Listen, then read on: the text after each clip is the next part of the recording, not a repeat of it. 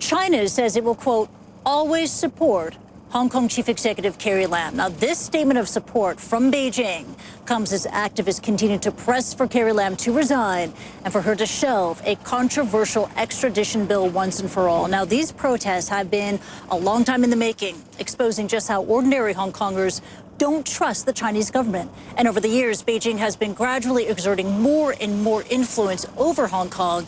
And for those who marched, enough is enough. People power is keeping the pressure on the government. For the third time in a week, mass protests shut down central roads in Hong Kong over a proposal to allow extraditions to mainland China.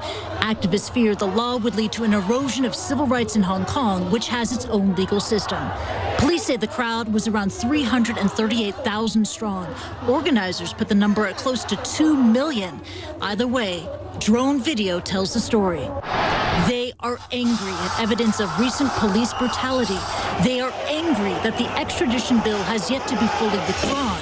The city's chief executive has officially suspended passage of the bill, but protesters say that is not enough. They're also angry that the embattled leader of Hong Kong, Carrie Lam, remains in power.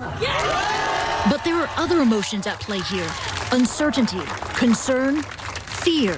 Responding to the protests, the Hong Kong Red Cross has opened up a psychological support hotline.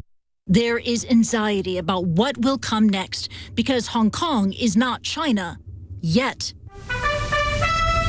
Since the handover from Britain in 1997, Hong Kong has been governed under the principle of one country, two systems, giving it rights and freedoms unseen in the mainland for 50 years until 2047.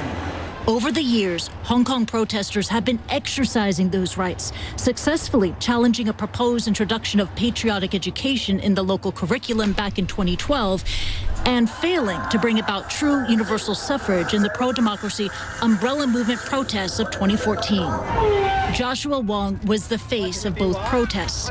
He was released after serving 1 month for an offense stemming from the umbrella movement.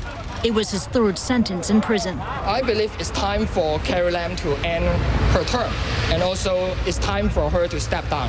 And it's hard for us to believe the liar, which means Carrie Lam, will really suspend the proposal forever. What we ask for is fully withdraw the evil law. The fear is that 2047 is not just a few decades away. It's already here. But China's freest city won't give in without a fight. Hong Kong people had been lied to so many times that we have learned that the government cannot be trusted. These students, families, business people, and senior citizens have tasted freedom in the only home they know. And that is why they march. Now, let's bring in founding chairman of Hong Kong's Democratic Party, Martin Lee. Martin Lee, thank you very much for joining us here on the program. As you know, the protesters, they want Chief Executive Carrie Lam to step down. But is that even achievable? Would Beijing even allow her to resign when that would be a sign of weakness under Xi Jinping? But she must be a liability to Beijing. She has lost credibility with the Hong Kong people, particularly with the young people. And there's something totally wrong with this bill to begin with. It's not the way she handled it that we should object to, but it's the very content of the bill. For 22 years, Hong Kong and mainland China have no arrangements, no extradition or rendition arrangements whereby anybody who committed a crime in mainland China who then escapes to Hong Kong can be transferred back to China for trial. One simple reason, and that is we don't trust the judicial system, and not only we, but a number of countries, including the USA, Canada, and Great Britain, and so on. Because we know that in China, judges will listen to the party. If the party wants anybody to be prosecuted, that person will be prosecuted. If the party, that is the Chinese Communist Party, wants that person convicted, the judge must convict. And there you are. So unless that is changed, unless that is basically changed, why should we upset the apple cart? And those So are the now she reasons says- why protesters here want to see the withdrawal of the extradition bill, and they want Carrie Lam to step down. But is Hong Kong and the chief executive of Hong Kong inherently in an impossible position when the chief executive has to answer to both Hong Kong and Beijing? Is this an impossible task no matter who's in charge? And that is impossible, and it cannot work unless the chief executive is democratically elected by the people of Hong Kong. Then we trust her. And she will find it important and necessary for her own sake to stand up for the people of Hong Kong. But when the chief executive is appointed by Beijing, how would you expect that person to stand up to Beijing? Right.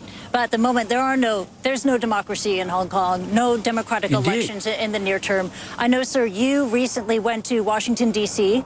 to appeal for help. You went to the State Department. We also learned overnight that Mike Pompeo, who you met with while in Washington, he says that U.S. President Donald Trump will raise the issue of Hong Kong human rights with Xi Jinping at the upcoming G20 summit.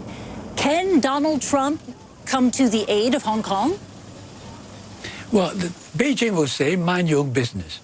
Right? This is the internal affairs of China. Yeah. Now, but that is wrong.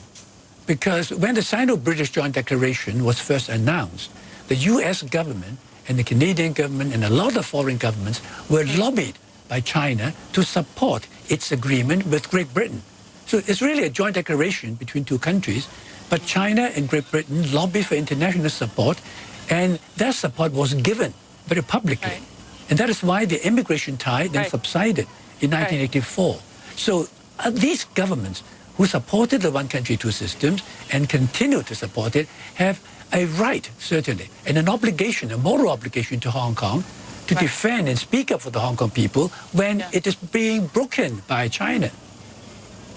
So it's not these government not minding their business. You've been lobbying for support, and you have received support. You know, when you have Mike Pompeo, just saying that, condemning the extradition bill. But what, in practical terms, can the United States do to help Hong Kong in the situation here?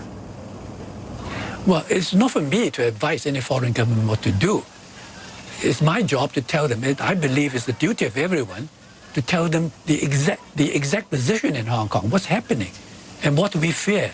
And for instance, the fact that we believe the Sino-British Joint Declaration was being broken by Beijing with impunity.